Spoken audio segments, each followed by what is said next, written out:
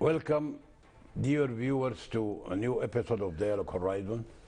In this episode, definitely we'll continue on the ongoing issue of the turbulence, in the political turbulence in the country, in Sudan. And last week, actually, very important events occurred which aggravated the situation, the fragile situation, the fluid situation.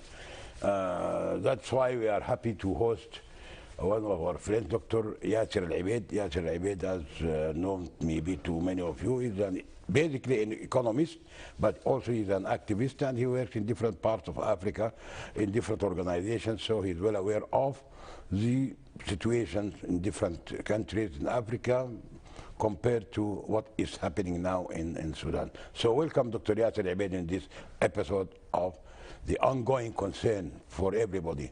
Thank you very much, Mr. Faraz, and thank you to Sudan TV, and my regards to all the people who are behind the camera.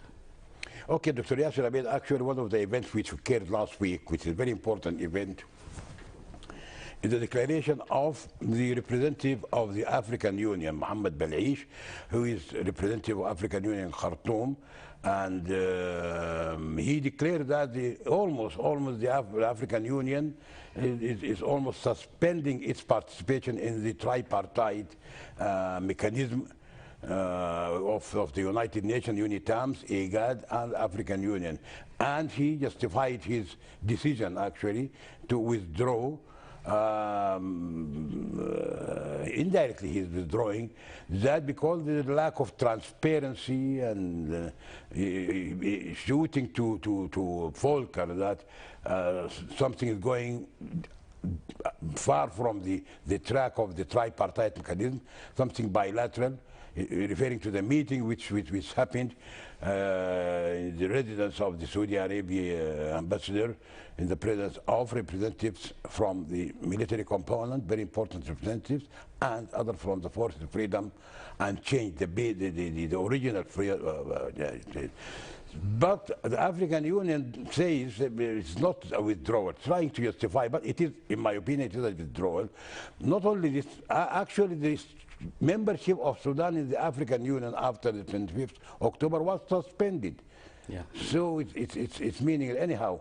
What can you tell us about this statement of the withdrawal of the African Union, or the suspension of its participation in the tripartite mechanism, which is started to solve the conflict?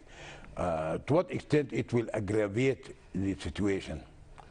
I think so. The declaration of the African Union represented in the Belaish, it can read it in many significations. So because of his talking about withdrawing, and again he talked about suspension of the membership of the contribution of African Union.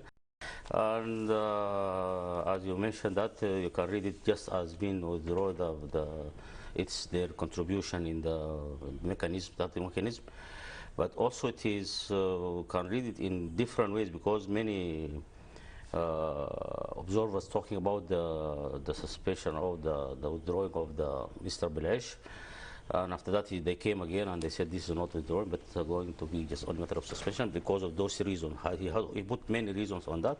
One of it is exclusions of the African Union. It's not been active in and trying, yes, Mr. Volker, just to put them away. And the talks in Darfur also should be by Sudanese themselves, but Volker, he's been there, he's been present there at that meeting, and this is why the African Union, they are not happy about that. They said there is no transparency, there is no table, and it's matter of exclusion of part of the mechanism. And that is, and the third of them, Belaish and Bilbad and Faki, the three of them, they have agreed about that. African Union, it's not been an active member on that, and not been put as just one of the main player in the mechanism. And that is something really very strange, because African Union is very closer to Sudan, should be part of the problem. We should be part of all the parties, and because of he was representing and in that constitution bill there the last time of 2020 or 2019, and it is not continuing on that way by power. By now, because there is another issue, and Volker is there, and the United Nations and UNITAMS is there, but it seems like even now IGAD is being absent completely from the third. It's not been even mentioned. It's not been. Nobody knows where are them, who is representing them, who is there. And they did not announce anything separately from UNITAMS or from the mechanism. It's only the both parties, UNITAMS and African Union, and African Union now is being away because of seclusion. Maybe even IGAD is being secluded from the arena there. And we have seen even all parties they're accusing each other's. FFC and those the other part of Mithaq also there, but the same in another part, and another part is also they're trying just to join that part of FFC of the AFCB, if you can mention that. This is why, I've seen all the interaction. It seems like there is a lot of things is being absent of that, and nobody knows what's going down the table there, and nobody knows what is the strategic of the mechanism. But it's not there is no transparency in that side of the talks, and maybe also many times is being accused also is trying to insist to put FFC. At least to be part and to be one of the main player with the military, and military now is just observing the matter, and it's been aware and leaving the matter. Even nobody knows who is moving around and who is pushing, who is putting the. The agenda is not clear, by the way. What will be the conclusion, the final? Do you think that the African Union will come back, because the African Union denied from the headquarters, the African Union, they mentioned that they did not withdraw, but they suspended. They tried to find justification for what Balish said. But anyhow, so still the African Union is there, although as we know the membership is suspended. So how can it will definitely affect? It's there, but it's not playing something there. It seems like that the way it's been, is not playing something. All the things is being by Mr. Volker, who's the one who's doing minding the whole. The main doer. It seems like the main doer on the mechanism. So because now it has been the third mechanism, and as I mentioned, IGAD is not there completely. Who knows where is IGAD? And now African Union has been absent also. It's been suspended because it's been excluded from the matter. It's not been one of the, because that meeting they have agreed all together not to be present by the mechanism. But Mr. Volker, I think so, is enjoying that. Anyhow, I think the involvement of the African Union and the IGAD right in the middle of the negotiation is something, to me, something weird. It happened all of a sudden, because already Volker and the UNITAMS started the process. They started the process of talking to different parts and parties in freedom forces, both sides.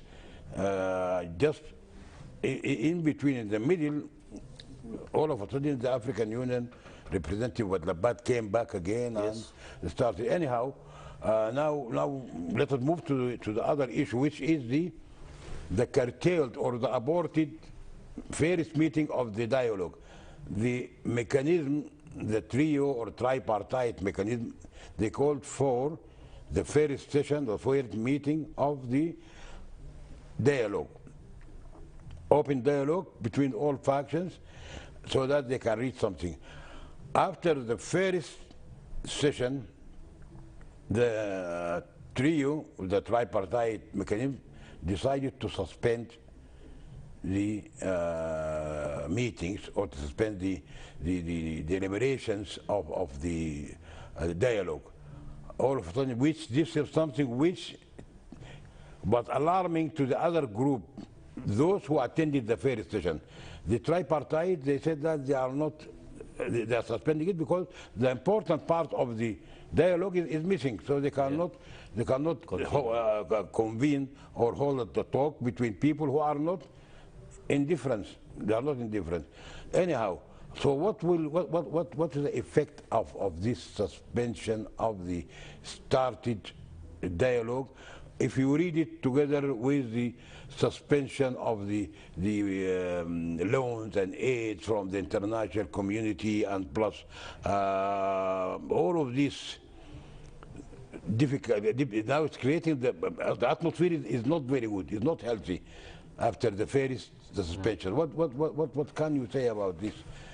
I think so. The negotiation, it seems like from the beginning, from the start, there's no methodology on the talks and the negotiations. So the dialogue, this is why it goes and come back. It go and try just to move side on the right, so to come back to the left, and the methodology has been missing from the dialogue from the beginning. This is why when they start, they've been, all of them, they missed the way, and they missed the gate to go, way to come back, way to go, way to start. They have made another side, another front also from FFC, and tried to come back to the Rotana talks, and come back to FFC, and come back to the military, and military together with. So this is a lot of things, a lot of problems between them. The leaders of the negotiation, the talks, they're having so much. Something is being missed from their sides. I don't know why like that. Because this is something that should be wholly in fact. By the way, should not be like that. The way it's been started, and have you seen now nobody knows in the arena now what's going. Nobody knows about the scenarios of the talks going to which side.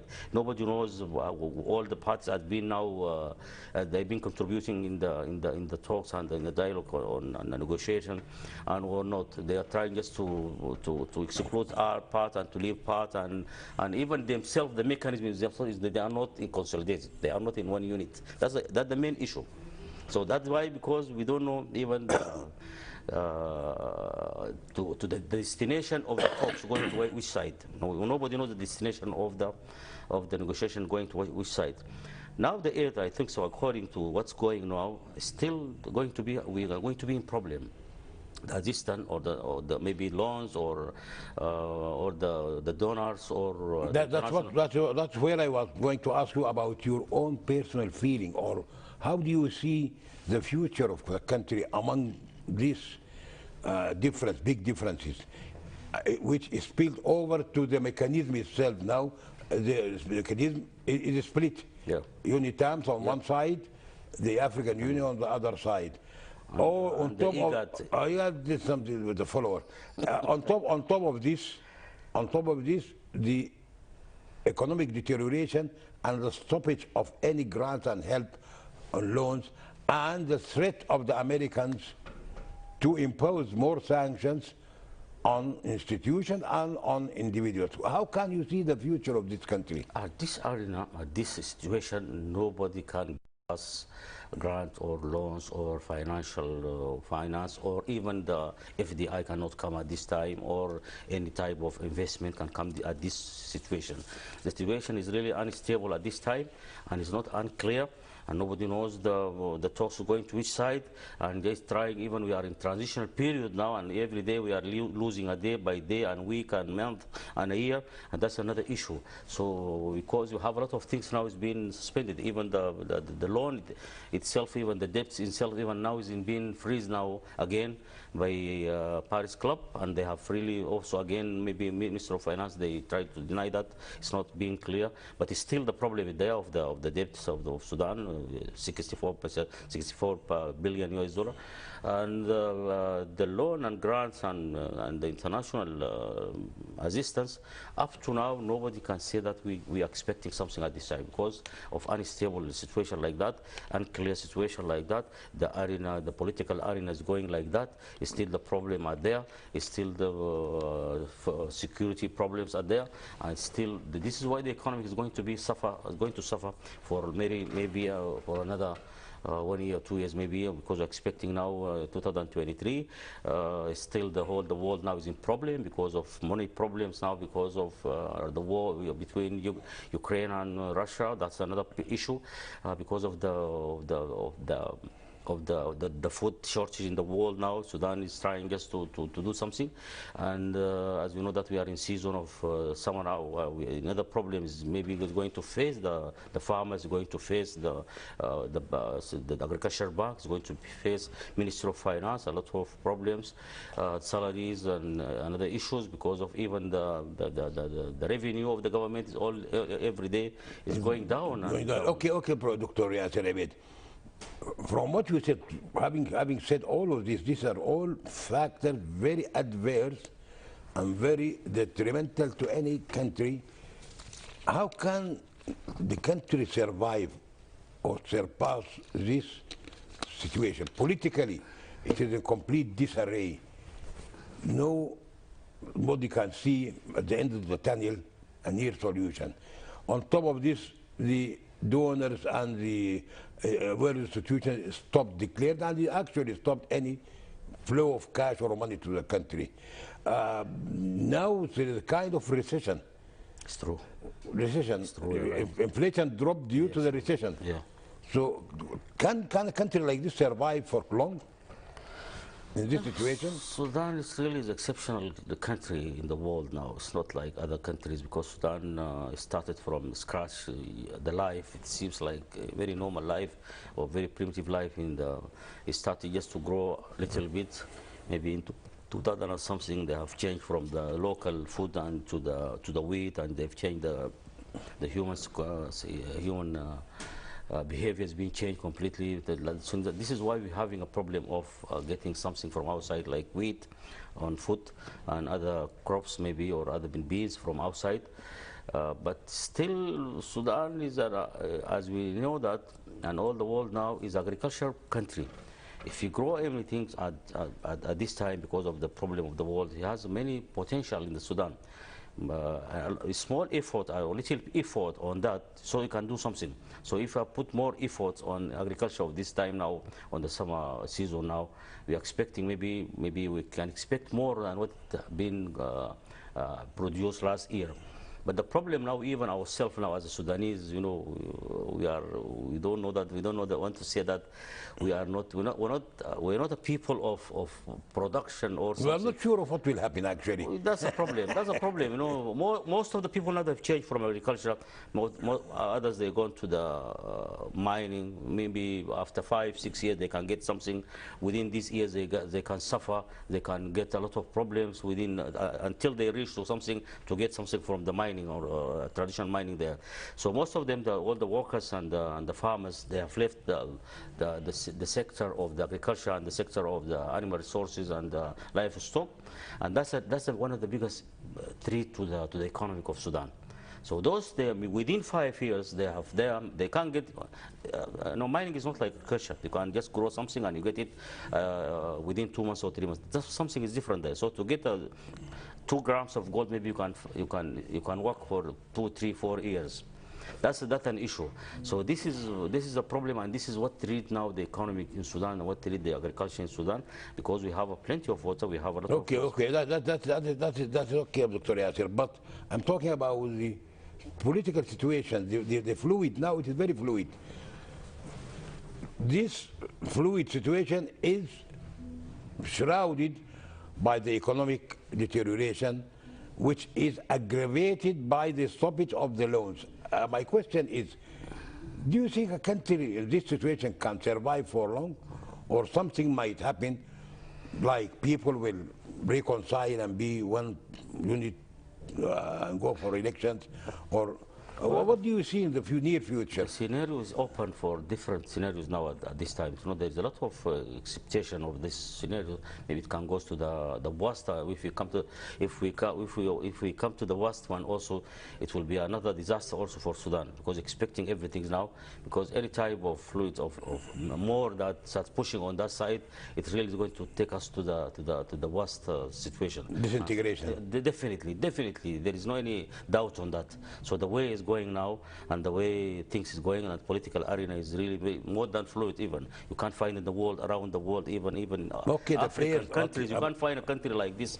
Most of politician parties, the government, the military, all of them, the way they are taking taking care of the things, by that looseness, it's really going to take us to the worst situation, and that is very dangerous. Maybe you can go even to worse than that.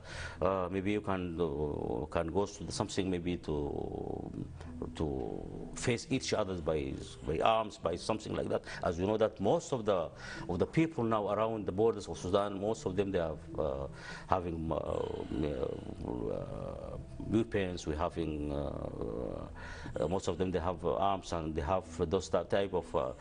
So we're expecting even that if they're not going to think whether to think well, most of them, especially the parties, political parties, especially the movement, especially even the military. So we're going to take us to, if what's come to us, will be in definitely different, not like most of these countries. So we are not far from that side of Ethiopia, Libya, Yemen. As if you are calling for the parties, the warring of the parties, each party to relax some of demands so that they can come to a common ground on which they can solve the problem through going to general elections. There is no problem, by the way. In fact, if we come and ask almost of them, we'll never get a problem. No, the problem is really the political problems. Something like even personal interest. It's true. It seems like that. There is personal interest. A lot of personal interest. Definitely, there is. Definitely, most of politicians, they're ideals. They are working. That's their job is politics.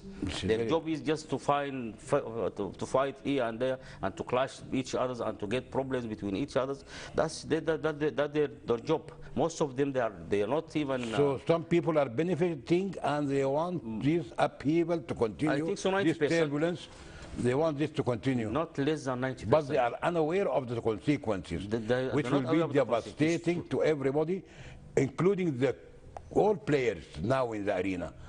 All players now, they should be aware of the fact that this something might happen. The worst, which you mentioned, the worst could happen, which will first start by eliminating all players in the game. It's true. And new players maybe. Anyhow, it's true. This is something. This is something take care of consequences. You know, the consequences is really alarming. It's alarming so much. Okay, Dr. Yasir. Let us go another issue which is right in your domain, the economy.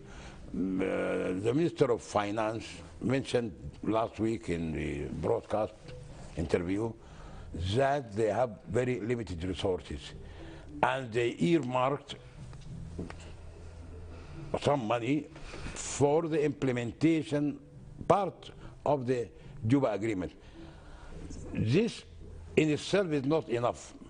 He said, as for the military arrangement, which is the integration, disarmament or reintegration, is very expensive and very costly and cannot be implemented, which means that Juba agreement, which was signed almost 2 years ago, in October 2020, after 4 months it will be 2 years, nothing sizable has been reached.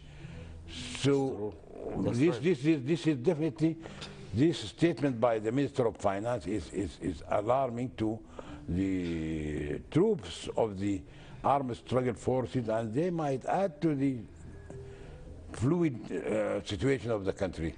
So what about this statement? He said money, they don't have enough money to run the country. That is, I think in summary. The Minister of Finance should be a little bit more specific. You know, and instead of, he said that we don't have resources, he said that we don't have, the revenue is going down, maybe there is shortage of revenue, and that's That is the responsibility of Minister of Finance.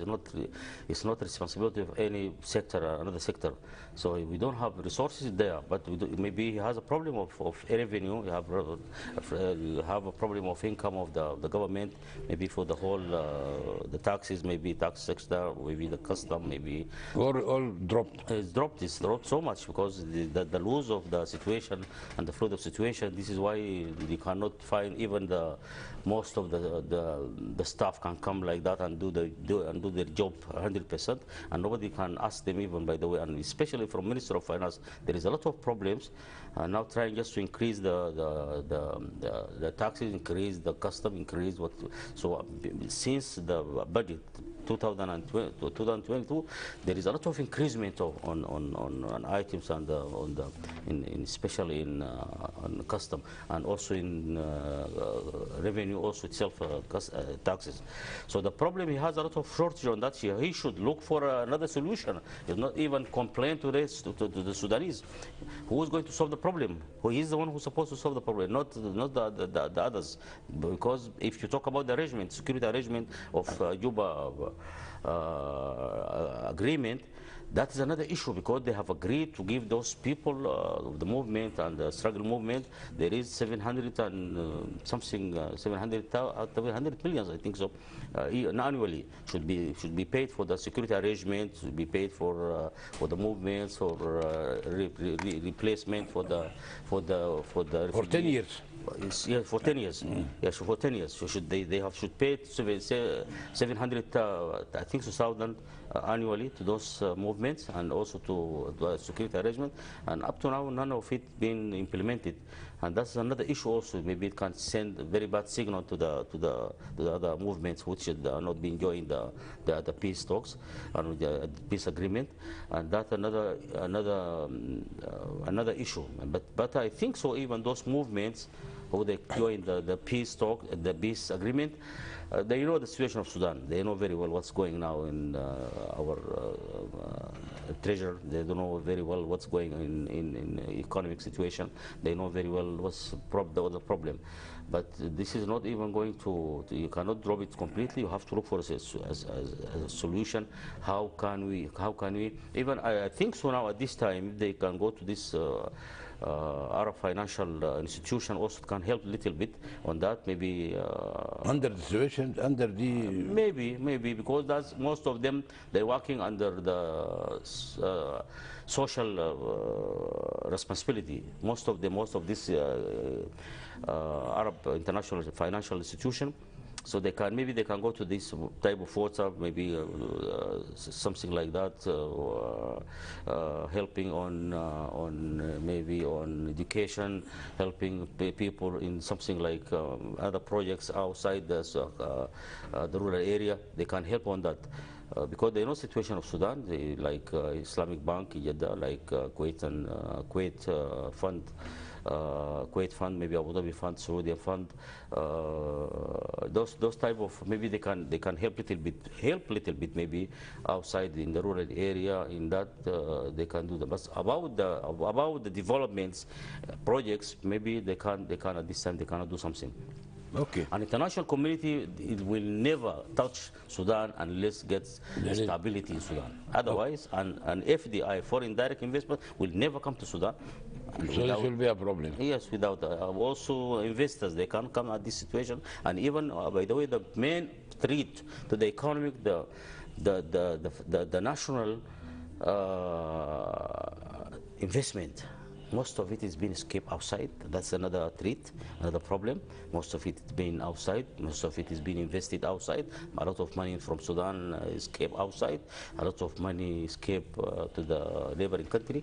That's another issue. So if at least if we secure this one, at least we can do something in the economy. But so let us assume that if the political situation is definitely under these very precarious conditions. These days we are living in very unstable situation. We call it unstable. You never know what will happen.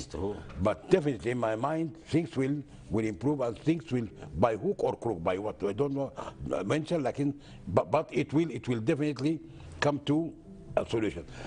Having said that, you are sure that you are aware of the fact that Sudan is very rich in agricultural resources, apart from the mining, just agriculture.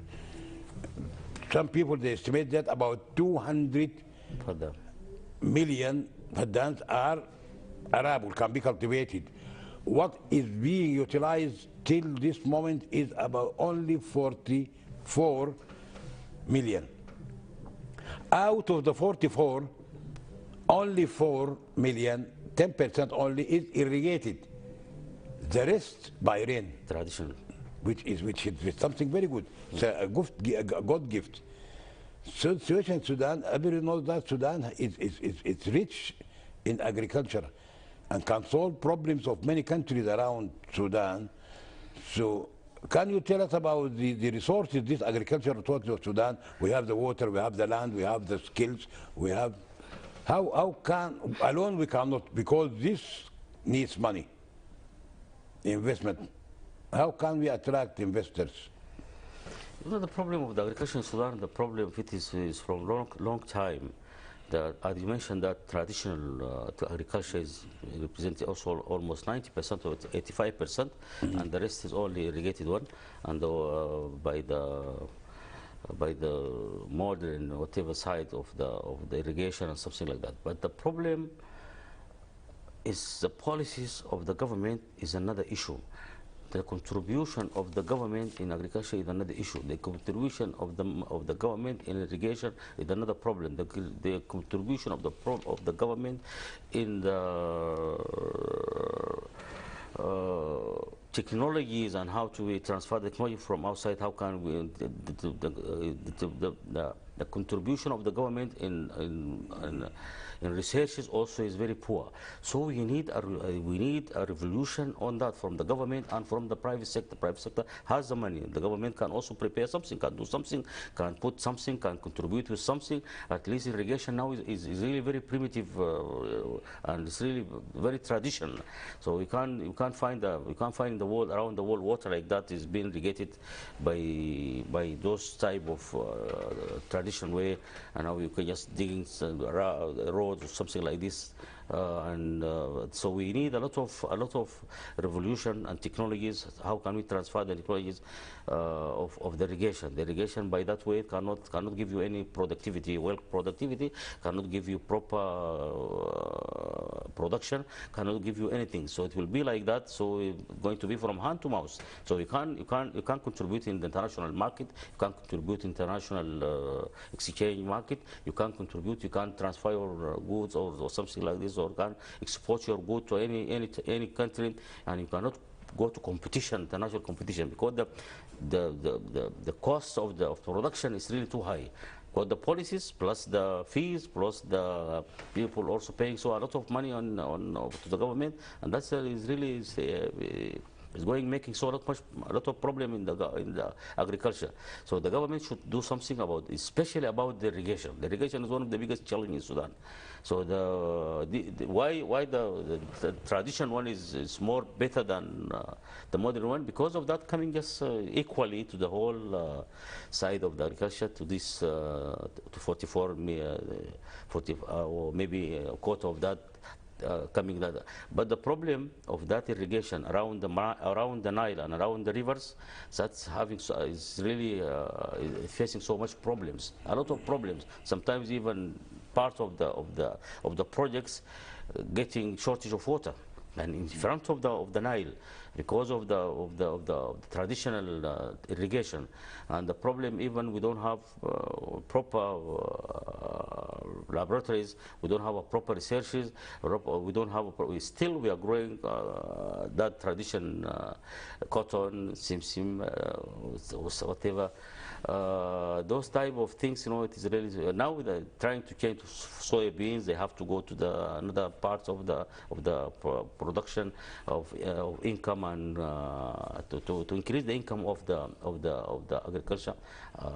But around that, the private sector cannot taking all the things in his bag. It's a lot of problems can face them, because of the government is not taking care of that type of research and Okay, labs. what Dr. Riyad said, what you are saying is good.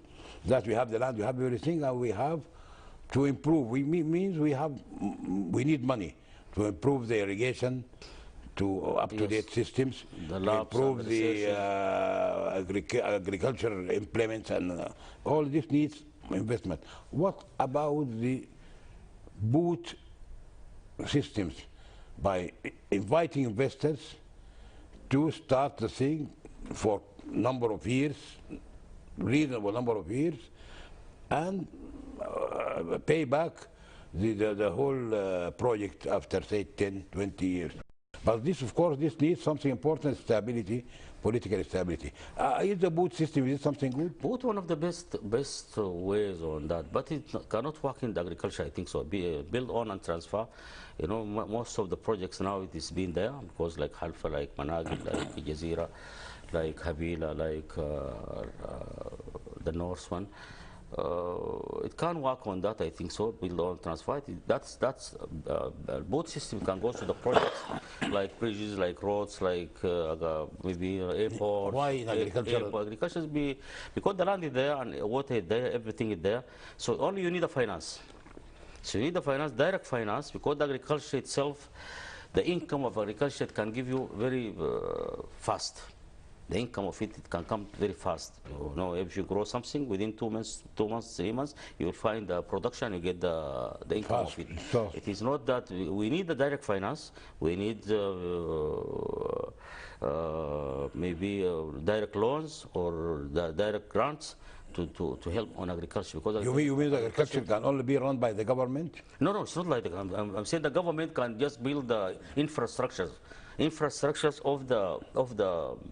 of the irrigation of the agriculture. And sell it to the farmer. Roads, I'm talking about the roads, I'm talking about the bridges, I'm talking about the river itself to arrange that one around the banks of the river, to arrange the channel itself to go and to the agriculture, to the land, to the projects.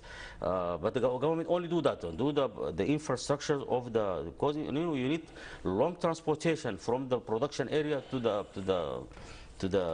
consumer area, and even to the ports. So you need railways, you need roads, you need highway roads, you need proper bridges between the rivers, between the something like that. So you need water pipelines to the whole projects in Sudan. So if you do that one, the agriculture will be very easier and will give you a lot of income on that. But the problem even we have in ourselves, even we don't have a motivation. You know, the motivation of investors, motivation of the people in Sudan, motivation of the farmers, that's another problem also. So you have seen the land in front of you, you have seen the water. But the problem how to take the water from the river to you need power, you need electricity, you need diesel, you need fuel, so that one is another issue also. That is part of the infrastructure of the agriculture itself. So how can the government can help? You know, the government should help on that to do the whole infrastructure, especially around the river, around the boats, around the consuming area for the people. How can you transfer your goods from site to site, to the place from Kordofan to Khartoum, from Khartoum to Port Sudan, from Kassala to port directly, from Darfur to Khartoum. That's the need. You need, at least by the way, you need a whip of railways. Railways now can come works even in rocks, like Mauritania having one line of railways from side of the rocks, taking that from the iron mining there, more than 2,000 kilometers. And Mauritania has a very poor economy. So if you are suggesting that the role of the government should be only to avail and to provide the farmers or the companies by the infrastructure, which is the power, the water, and the roads. Very important. This is important. But otherwise, the private sector should take care of that. To advise the farmers, to give them all the. That it used to be like this. It used to be like this. If you go around Jazeera, you'll find a lot of labs around the Jazeera. You can find a lot of labs in the universities, but most of it now is being closed, not completely. Nobody knows. Best research is where that's another problem, because you cannot increase the productivity at this time without lapse. You know, productivity. You need the seeds. You know, the seeds itself. Now we're buying seeds by hard currency with a lot of money. And the agricultural extension, you remember, they give advice, free advice to the farmers. They should do that. You know, part of them they do around the Khartoum now. Them, more the exporters now, they bring the doctors, they bring the specialists. Maybe if you have watermelon, sweet melon, they just give you some advices. Do this, the water, don't do that. They can give you some part of it, the fumigations for the insects and something like this. And by the end of the way, you give them the production. So they're doing it free. That's in private sector even, internally of the private sectors. So they get the production for the sweet melon or to export to Europe, but by proper way and by scientific way. But by that way, we cannot compete. The only way we cannot compete. And we cannot go to WTO, that are very far from us, because we cannot compete like that without specification, without standards. And the standards itself, even we don't know, one watermelon like this, one like that, one like this. That's in the world, there is nothing like this. If you go to Sika, in place called Sika, about 170 kilometers from Nairobi, that producing for more than 30 years, 1 kilo of pineapple. If you go to the whole Fadans, you go to all the projects, same 1 kilo only. So this can reduce for you the cost, can reduce for the labor charge, can reduce for you the grading itself. Even you can't do grading. If you put it weight any one of this pineapple, you can find only 1 kilo, not more than that. You go to the cost, you can find 2 kilos also for the whole project. So that's another issue. This by the research. It can increase by research. Or by research. Okay, Dr. Yasir. Let us move to something about something which I think is very important. A new practice in Sudan now is going on about the digital transactions in the banking system. The digital transactions. Can you tell us about the digital transactions and the payments through digital transactions through banks? Most of the banks, they created their own mechanism for their clients so that they can use it in paying bills of the power, electricity, bills of custom bill to what extent? First, tell us about these digital transactions. You know, electronic. Its effect, why is it good? It reduces the flow of cash money, or just tell us in brief about the transactions, the digital. Electronic payments, it started from the world, around the world more than 50 years. 50 years? 50, more than that, even Visa card and whatever. And those started for more than 50 to 60 years. The ATM itself even started even more than 80 years also, and more than that. Around us, even to South Africa, in Kenya, Nairobi, it started even more than that, even more than 40 years also started. The electronic payments is part of one of the important mechanism of the payment, and reduce a lot of things. You know, exchange the currency itself, even now it's around the world is being, because as we know that the printing the currencies became very expensive at this time, so much expensive because of the security side of the currencies, because of forgeries and something like that. So, you know, this is why the whole world now goes to even to use the cards and to use electronic payments and digital payments and digital even there is now more than not digital, there is digital even currencies even itself, like coin, Bitcoin and something like that. So in Sudan, because of the problem of our banking system and the primitivity of the banking system, this is why it came very. We came even at the end of the. We're having a problem of dealing with the banking system. You know that you know that the comprehensive. Financial comprehensive, that we are maybe in Arab countries we are number 3 in the end of the countries in Arab countries. Most of the countries around us, like Kenya and Uganda and Tanzania, also themselves, and this type of countries, even it looks like even our economy is bigger than them. Our GDP is bigger than them. Our economy is more open. But the problem, even after the sanctions, Sudan has been behind the whole of the country now. The payment, the electronic payment. Now the part of the maybe 3-4 banks starting just to do part of the payment, not more than 5% only, and that is not enough. Are not enough.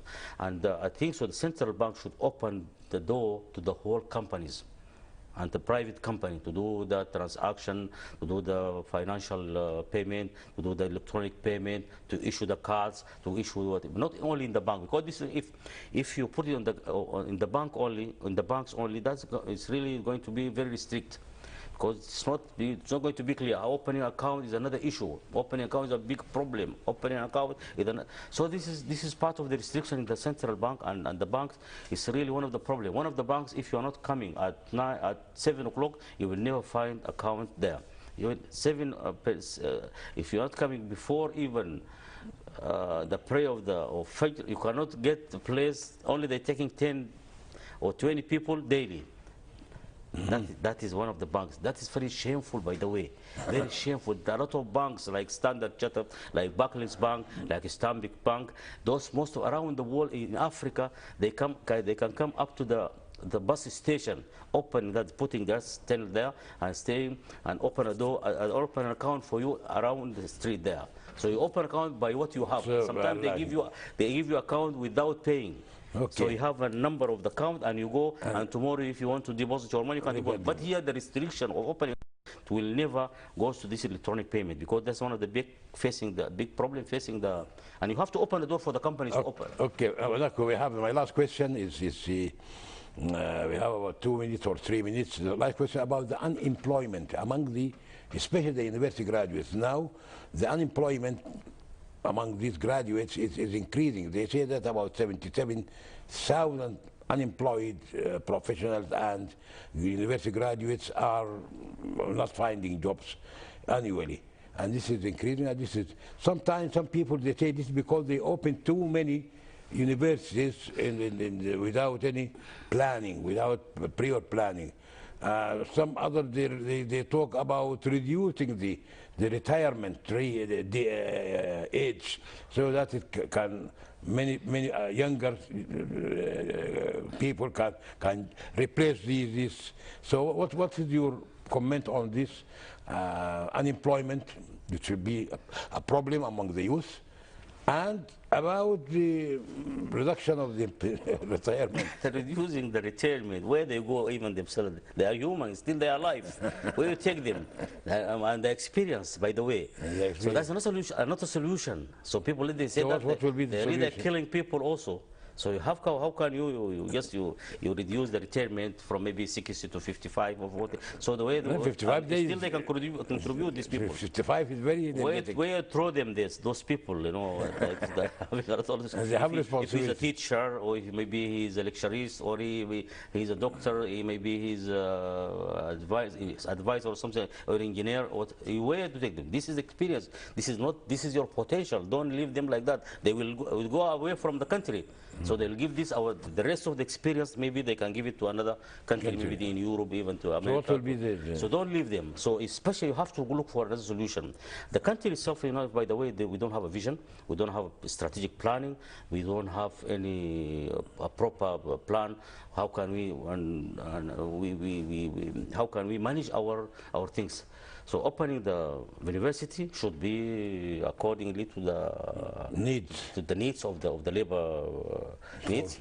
So that's another issue. So yes, opening a university every day, that there is a license for a new university, the new license for the colleges, and itself even the education system is not being planned well. You know, the only is for tradition, and you want to become a doctor, maybe you want to become a dentist, you want to become an economist, and if we don't have colleges, proper colleges, as you know that in Germany, in China, in UK, so this college is very important. Very important, so you have to make a lot of colleges. So would it be feasible that the people being paid by banks, these people, they direct them to farming, for example, or animal breeding, or would it be a good idea just to... It's a good idea if you have a plan for that. If you have a plan for that, you train them well, you open training center, you open education center, you open colleges at least to train them well, to put them, give them a proper plan for how to increase and to develop even the sector. And as you know, Mr. Haraz, you know, at this time, if you know, the agriculture colleges, the agriculture faculty is became at the end of the faculties. Nobody goes to nobody agriculture. goes there, yes. Nobody goes to agriculture. This is very, very That's sad. very dangerous and treating the agriculture, by the way, and we will never find maybe a specialist in agriculture within 10 to 20 years. That's another issue. That's a very important, and very dangerous issue. So, and even economy, by the way, also the same way. Okay, thank you, Dr. Yasser. This is very important. We stopped at a very important point so that it can be extended next week, because we have to have a solution to this unemployed university graduates. Thank you, dear viewers, for being with us in the last hour or so. We hope to see you next week in a different issue in Dialogue Horizon. Bye.